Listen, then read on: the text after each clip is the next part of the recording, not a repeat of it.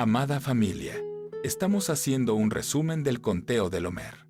Y hoy llegamos a una de las citas más profundas del Eterno, la fiesta de Shavuot, conocida en griego como Pentecostés. Shavuot significa semanas en hebreo, porque se cuentan 7 semanas completas desde el día de las primicias hasta el día siguiente del séptimo Shabbat. 7 semanas son 49 días, más 1 hacen 50. Por eso se llama Pentecostés, el día 50. Pero esta fiesta no es solo un número. Es el momento en que el cielo toca la tierra de una manera única. Para entenderlo, tenemos que ir a Levítico capítulo 23, versículos 15 al 17. Allí el Eterno ordena: contaréis desde el día que sigue al día de reposo, desde el día en que ofrecisteis la gavilla de la ofrenda mecida, 7 semanas cumplidas serán. Hasta el día siguiente del séptimo día de reposo, contaréis 50 días. Entonces ofreceréis el nuevo grano al Eterno. De vuestras habitaciones traeréis 2 panes para ofrenda mecida, que serán de 2 décimas de efa de flor de harina, cocidos con levadura, como primicias para el Eterno. Presta atención a esto. En Pesaj, la Pascua, se ordenaba comer pan sin levadura. La levadura representa el pecado, la arrogancia, la contaminación, pero en Shavuot, sorprendentemente, se ordena traer 2 panes con levadura. ¿Por qué? Porque estos 2 panes representan algo muy distinto. Representan a las 2 casas de Israel, la casa de Judá y la casa de Efraín, unidas como un solo pueblo delante del Eterno. Y también representan las 2 tablas de la ley, los 10 mandamientos, que fueron entregados en el monte Sinaí exactamente en esta fiesta. Pero también hay un tercer significado. Estos 2 panes con levadura representan a nosotros, creyentes que aún tenemos imperfección, que aún tenemos nuestra vieja naturaleza, pero que venimos delante del Eterno con nuestras primicias, con lo mejor de nuestra cosecha espiritual, reconociendo que solo por su gracia somos aceptados. Ahora, hablemos del contexto histórico. Israel salió de Egipto en Pesaj. Cruzó el Mar Rojo en la fiesta de las primicias, que es un tipo del bautismo en agua. Y desde ese momento, comenzó a caminar hacia el monte Sinaí. ¿Cuánto tiempo pasó? 7 semanas, 49 días. Y al llegar al día 50, el Eterno descendió sobre el monte en medio de fuego, truenos y relámpagos. El sonido del shofar se hacía cada vez más fuerte.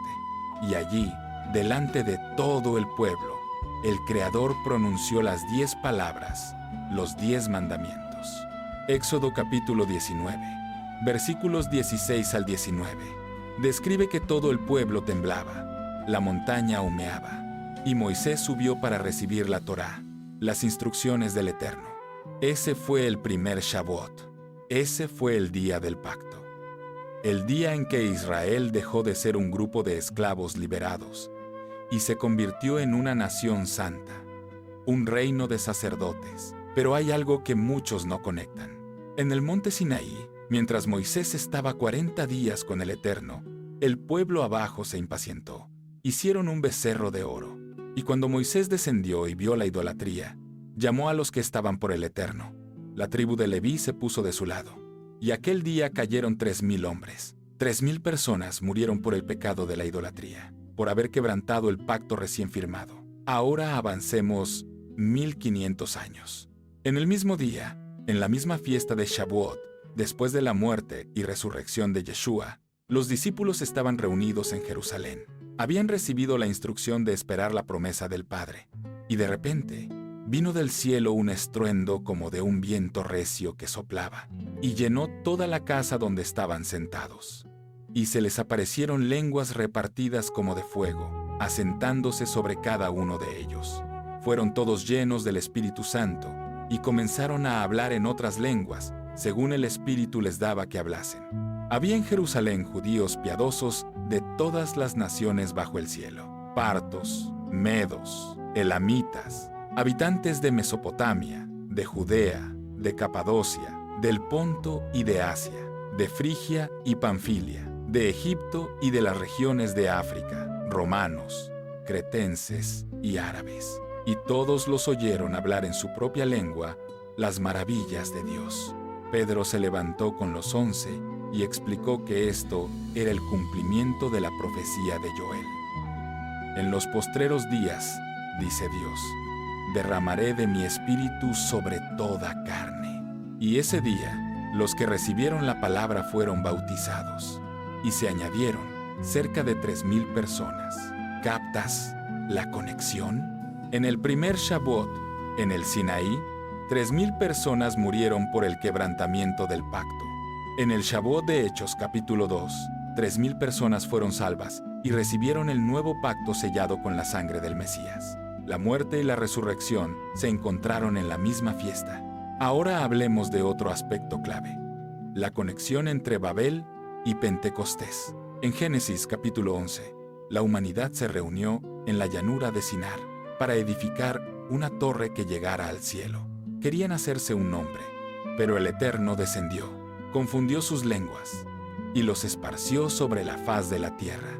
Ese fue el juicio de Babel: confusión y dispersión. En Shavuot, en Hechos capítulo 2, ocurre lo contrario. Las lenguas no se confunden, sino que se entienden. Hombres de todas las naciones escuchan en su propio idioma las maravillas de Dios. Donde Babel trajo división, Pentecostés trajo unidad en el espíritu. No una unidad impuesta por los hombres, sino una unidad que nace del corazón transformado.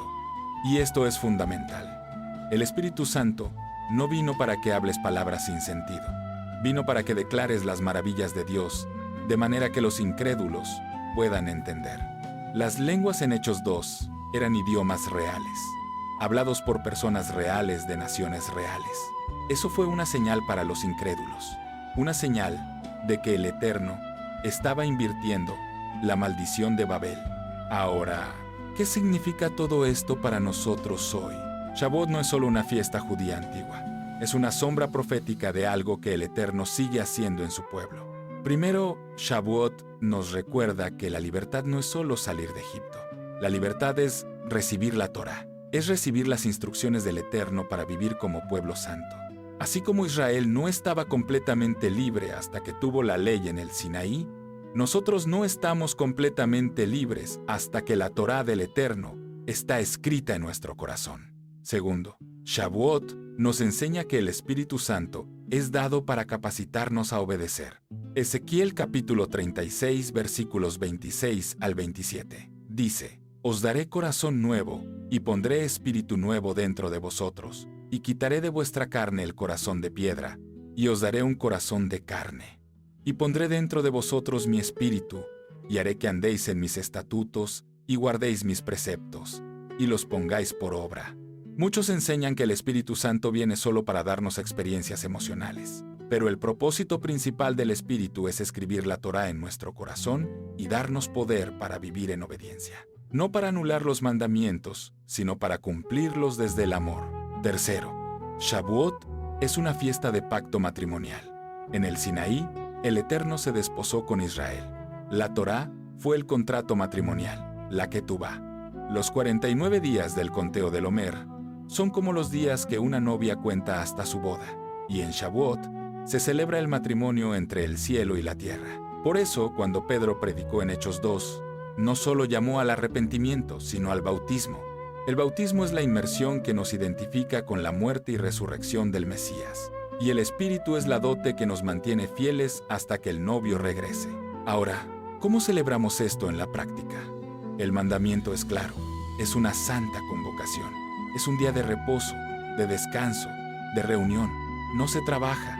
Nos reunimos como familia, como comunidad, para leer la Torá, para estudiar, para alabar y para compartir un banquete. Es tradición leer el libro de Ruth, porque esta historia sucede en la época de la cosecha del trigo, que es precisamente la cosecha de Shavuot. Ruth era una moabita, una extranjera que se unió al pueblo de Israel. Es una imagen hermosa de cómo los que estábamos lejos somos injertados en los pactos de la promesa. También según Levítico 23, debemos hornear 2 panes grandes, de unos 2 décimas de efa, que es aproximadamente 1 kilo 100 gramos cada uno. Estos panes se hornean con levadura, y se presentan delante del Eterno como una ofrenda de gratitud por la cosecha. No los sacrificamos porque no hay templo, pero los compartimos con nuestra familia, con los necesitados o con aquellos que cumplen el rol de levitas en nuestra vida. Maestros, pastores, ministros que nos alimentan espiritualmente. Y hay una hermosa costumbre de comer lácteos, especialmente pastel de queso. ¿Por qué? Porque la tierra prometida es descrita como una tierra que fluye leche y miel. Y la Torá, la palabra del Eterno, es comparada con la leche que nutre al recién nacido y con la miel que endulza la vida del maduro. Pero más allá de las tradiciones, lo central es el corazón. Shavuot nos llama a dos cosas: a reconocer que el Eterno es nuestro Rey y a rendirnos completamente a su instrucción.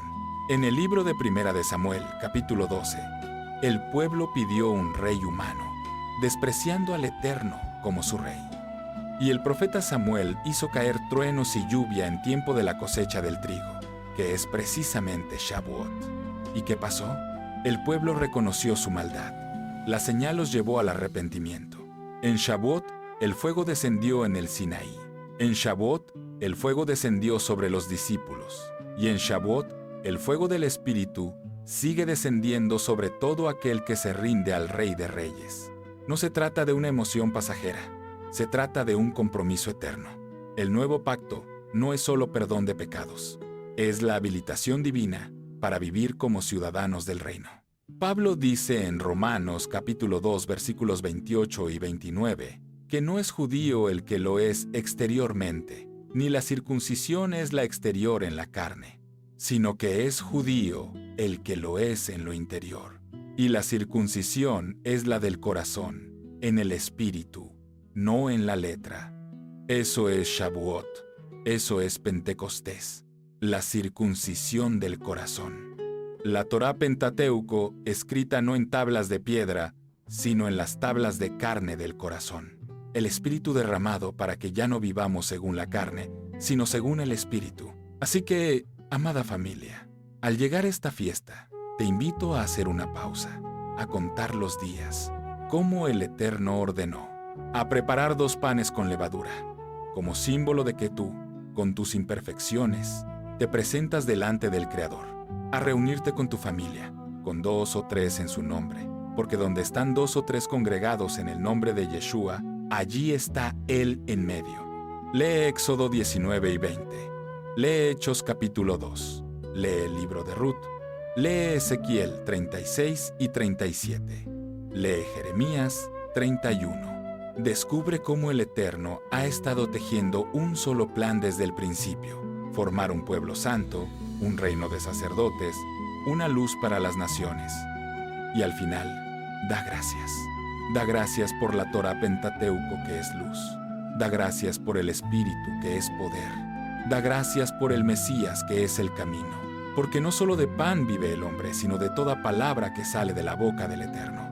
Si este mensaje ha sido de bendición para tu vida, te invito a suscribirte al canal Camino al Reino y a dar me gusta, para que más personas puedan caminar este proceso y volver al diseño eterno del reino. Y no olvides, la Escritura tiene contexto, profundidad y propósito. Descubrílo por vos mismo.